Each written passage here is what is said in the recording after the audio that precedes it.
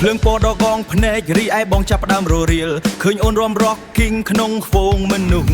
ចង្វាក់បេះដូងលោតញាប់ដូចភ្លេង rock and roll ពេលអូនសម្លឹងមកបងគាំងស្មារតីបាទជំរាបសួរបងប្អូនដែលមានតម្រូវការចង់បានប្រភេទឡានជីលក្ខណៈគ្រួសារឡានដឹកទំនិញឡានដឹកអ្នកដំណើរ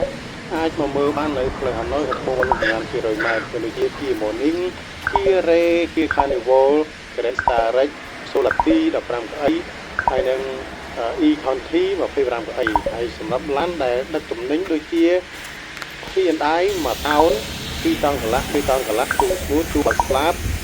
និង5តោនបងប្អូនចាប់អារម្មណ៍ចង់បានប្រភេទឡានប្រើប្រាស់តាមតម្រូវការអាចខលបានតាមលេខ0981 7785 088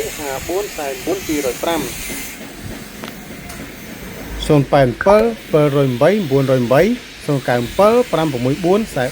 44 205 087 ឡាននៅទីនេះគឺជាឡានដែលចុះទៅទីផ្ទាល់បងប្អូនគឺមានបងប្អូនដែលគាត់រស់នៅទីនោះនៅកូរ៉េគឺគាត់ទៅទិញផ្ទាល់ចរចាតម្លៃមួយម្ចាស់ឡានជាមួយតកែផ្ទាល់ហើយតម្លៃគឺធានាថាតម្លៃធូរហើយបានឡានស្អាតទៀតបងប្អូនយកមកដល់ខ្មែរគឺរៀបចំបោកពូប៉ូលាតិចតួចគឺប្រើបានតែម្ដងដូចជា Kia Morning Kia Ray Kia Carnival បងប្អូនចង់យកទៅសាំងលក់ម៉ូតូឬក៏សាំងយកទៅប្រើប្រាស់រៀបចំប្រើប្រាស់ខ្លួនឯងក៏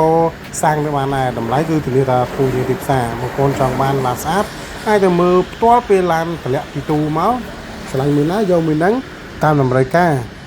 ហើយគឺធានាតម្លៃហើយនឹងឡានជាក់ស្ដែងដែលបងប្អូនមើលផ្ទាល់អញ្ចឹងបងប្អូនដែលមានតម្រូវការចាប់អារម្មណ៍ចង់បានឡានប្រើប្រាស់ទៅតងបានតាមលេខ Telegram ខាងលើអរគុណជម្រាបលា